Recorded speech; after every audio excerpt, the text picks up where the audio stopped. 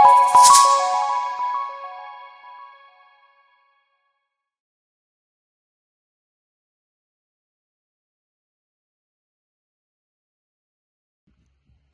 my beautiful viewers, welcome back my YouTube channel.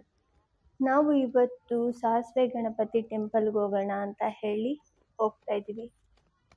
ಈ ಸಾಸ್ವೆ Ganapati temple ಅಂದರೆ ತುಂಬಾ ವಿಶೇಷತೆ.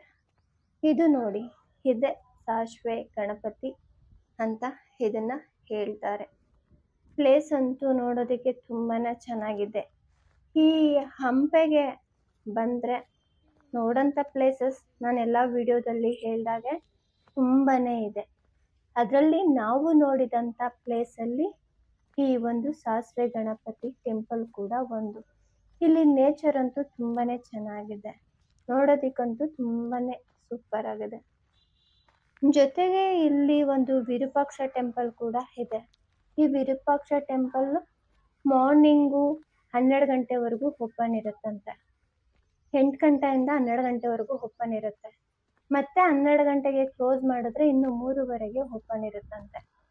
ನಾವು ವಿರೂಪಾಕ್ಷ ಟೆಂಪಲ್ ಕ್ಲೋಸ್ ಮಾಡಿದ್ರು, ಹಾಗಾಗಿ ನಾವು ಇಲ್ಲಿ ಮೇಲ್ಗಡೆ ನೇಚರ್ ನೋಡ್ಕೊಂಡು ಬರೋಣ ಅಂತ ಹೇಳಿ ನಾವು ಮೇಲ್ಗಡೆ ಹೋಗ್ತಿದ್ದೀವಿ. ಇಲ್ಲಿ ಬೆಟ್ಟದ ಮೇಲೆ ಹೋದ್ರೆ ಪ್ರತಿಯೊಂದು ವ್ಯೂಸ್ ಕೂಡ ಚೆನ್ನಾಗೇ ಕಾಣುತ್ತೆ. ನೋಡಿ, ಇಡೀ ಹಂಪನ್ನೇ ನೋಡ್ಬೋದು, ಅಷ್ಟು ಚೆನ್ನಾಗಿ ಈ ವಿರೂಪಾಕ್ಷ ಟೆಂಪಲ್ ಇದೆ. ಆದರೆ ಇನ್ನೂ ಟೈಮ್ ಇತ್ತಲ್ಲ, ಟೆಂಪಲ್ ದೇವಸ್ಥಾನನ ಕ್ಲೋಸ್ ಮಾಡಿದ್ರು, ಹಾಗಾಗಿ ನಾವು ಇಲ್ಲೆಲ್ಲ ನೋಡ್ಕೊಂಡು ಬರೋಣ ಅಂತ ಹೇಳಿ ಬಂದ್ವಿ. ಎಲ್ಲ ಕಡೆ ಫುಲ್ಲು ಕಲ್ಲಲ್ಲೇ ಕೆತ್ತನೆ ಮಾಡಿದ್ದಾರೆ. ಪ್ರತಿಯೊಂದು ಬಂಡೆಗಳು ಕೂಡ ತುಂಬಾ ದಪ್ಪದಾಗಿ ಬಂಡೆಗಳು ಕೂಡ ಇದೆ. ನೋಡಿ, ಈ ಜನ್ರೇಷನಲ್ಲಿ ಈ ಥರ ಕಲ್ಲಲ್ಲಿ ಕೆತ್ತನೆ ಎಲ್ಲಿಂದ ಸಾಧ್ಯ ಅಲ್ವಾ? ವಿರೂಪಾಕ್ಷ ಟೆಂಪಲ್ಲು ಅಷ್ಟೇ ತುಂಬಾ ದೊಡ್ಡದಾಗಿದೆ. ಜನನೂ ಕೂಡ ತುಂಬಾ ಟೆಂಪಲ್ಗೆ ವೆಯ್ಟ್ ಮಾಡ್ತಿದ್ರು. ಜೊತೆಗೆ ಇಲ್ಲಿ ಸಿಕ್ಕಾಪಟ್ಟೆ ಕೋತಿಗಳು ಕೂಡ ಇವೆ, ಅಂದರೆ ಟೆಂಪಲ್ ಮುಂದೆ ಕೋತಿಗಳು ಕೂಡ ಇವೆ. ಈ ವಿರೂಪಾಕ್ಷ ಟೆಂಪಲಲ್ಲಿ ಎನಿ ಟೈಮ್ ಓಪನ್ ಇರಲ್ಲ. ಮಾರ್ನಿಂಗ್ ಓಪನ್ ಇರುತ್ತೆ 12 ಗಂಟೆವರೆಗೂ, ಮತ್ತೆ 12 ಗಂಟೆ ಕ್ಲೋಸ್ ಮಾಡಿದ್ರೆ ಇನ್ನು 3ವರೆಗೆ ಓಪನ್ ಮಾಡ್ತಾರೆ. 6 ಗಂಟೆವರೆಗೂ ಓಪನ್ ಇರುತ್ತಂತೆ. ಇಲ್ಲಿ ಮೇಲ್ಗಡೆ ಬೆಟ್ಟದಲ್ಲಿ ಬಂದ್ರಂತೂ ನೇಚರ್ ನೋಡೋದಕ್ಕೆ, ಫೋಟೋ ಶೂಟ್ ಮಾಡ್ಕೊಳ್ಳೋದಕ್ಕೆ ತುಂಬಾ ಚೆನ್ನಾಗಿದೆ. ಟೈಮ್ ಪಾಸ್ ಮಾಡೋದಕ್ಕಂತೂ ತುಂಬಾ ಚೆನ್ನಾಗಿದೆ. ಆದರೆ ನಮಗೆ ಟೈಮ್ ಇರಬೇಕಲ್ವಾ ಟೈಮ್ ಪಾಸ್ ಮಾಡೋದಕ್ಕೆ. ಟ್ರಿಪ್ ಹೋಗೋಂಥವ್ರು ಒಂದು ಪ್ಲೇಸ್ ಅಂದಮೇಲೆ ಒಂದು ಪ್ಲೇಸ್ ನೋಡೋದಕ್ಕೆ ಅಂತ ಹೋಗ್ತೀವಿ, ಜಾಸ್ತಿ ಟೈಮ್ ಕೂಡ ಇರೋದಿಲ್ಲ. ಆದರೆ ನಾವೇನು ಮಾಡಿದ್ವಿ ಅಂತ ಹೇಳಿದ್ರೆ, ಬಂದುಬಿಟ್ಟಿದ್ದೀವಲ್ಲ, ಏನಕ್ಕೆ ಇಷ್ಟು ದೂರ ಬಂದು ನಾವು ದೇವ್ರ ದರ್ಶನ ಮಾಡಿಕೊಂಡು ಹೇಗೆ ಹೋಗದೆ ಇರೋದು ಅಂತ ಹೇಳಿ ಸ್ವಲ್ಪ ವೆಯ್ಟ್ ಮಾಡೋಣ ಅಂತ ಹೇಳಿ ನಾವು ವೆಯ್ಟ್ ಮಾಡ್ತಿದ್ವಿ. ಆ ಟೈಮಲ್ಲಿ ನಾವು ಇಲ್ಲೆಲ್ಲ ಬಂದ್ವಿ, ನೋಡ್ಕೊಂಡು ಹೋಗೋಣ ಅಂತ ಮೆಟ್ಲತ್ತು ಮೇಲ್ಗಡೆ ಬಂದಿದ್ವಿ. ನೋಡಿ ಎಷ್ಟು ಬ್ಯೂಟಿಫುಲ್ ಆಗಿದೆ. ಇಲ್ಲಿ ಮಳೆ ಬಂದರೆ ನಿಲ್ಲೋದಕ್ಕೆ ಮಂಟಪಗಳು ಕೂಡ ಇದೆ, ಏನು ತೊಂದರೆ ಇಲ್ಲ. ನಾವು ಆ ಮಂಟಪದಲ್ಲಿ ಕೂಡ ಇರ್ಬೋದು. ಜೊತೆಗೆ ಎಲ್ಲ ರೀತಿಯ ಕೆತ್ತನೆ ಬಿಲ್ಡಿಂಗ್ ನೋಡ್ಬೋದು.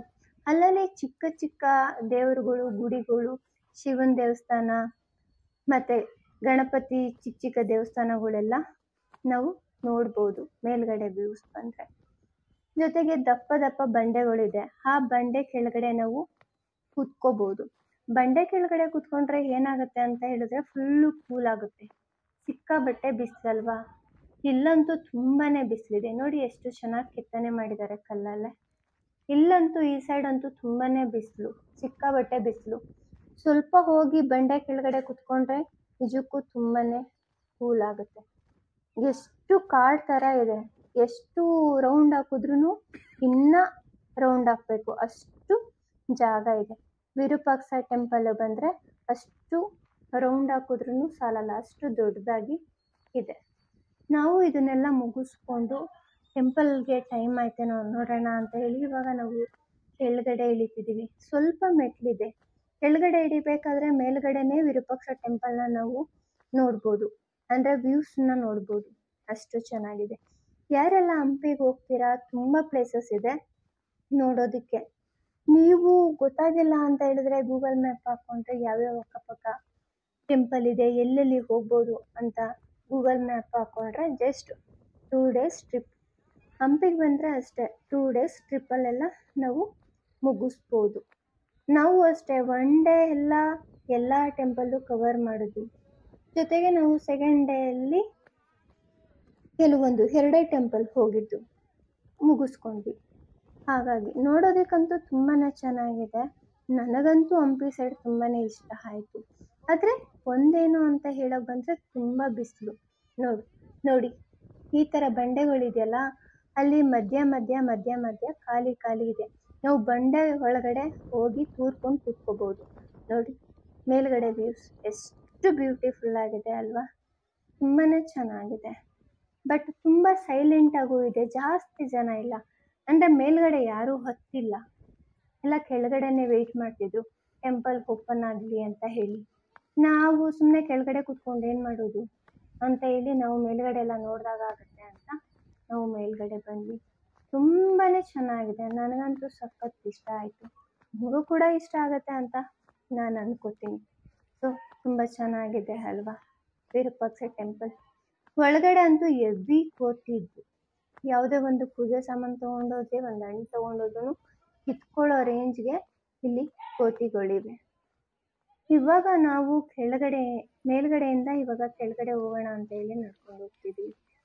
ಇಲ್ಲಿ ಪ್ರತಿಯೊಬ್ಬರು ಕೂಡ ಫೋಟೋ ಶೂಟ್ ಮಾಡ್ಕೊಳ್ಳೋಕ್ಕೆ, ಫೋಟೋ ತೆಕ್ಕೊಳ್ಳೋಕ್ಕೆ ಬ್ಯೂಟಿಫುಲ್ ಅಂತಲೇ ಹೇಳ್ಬೋದು.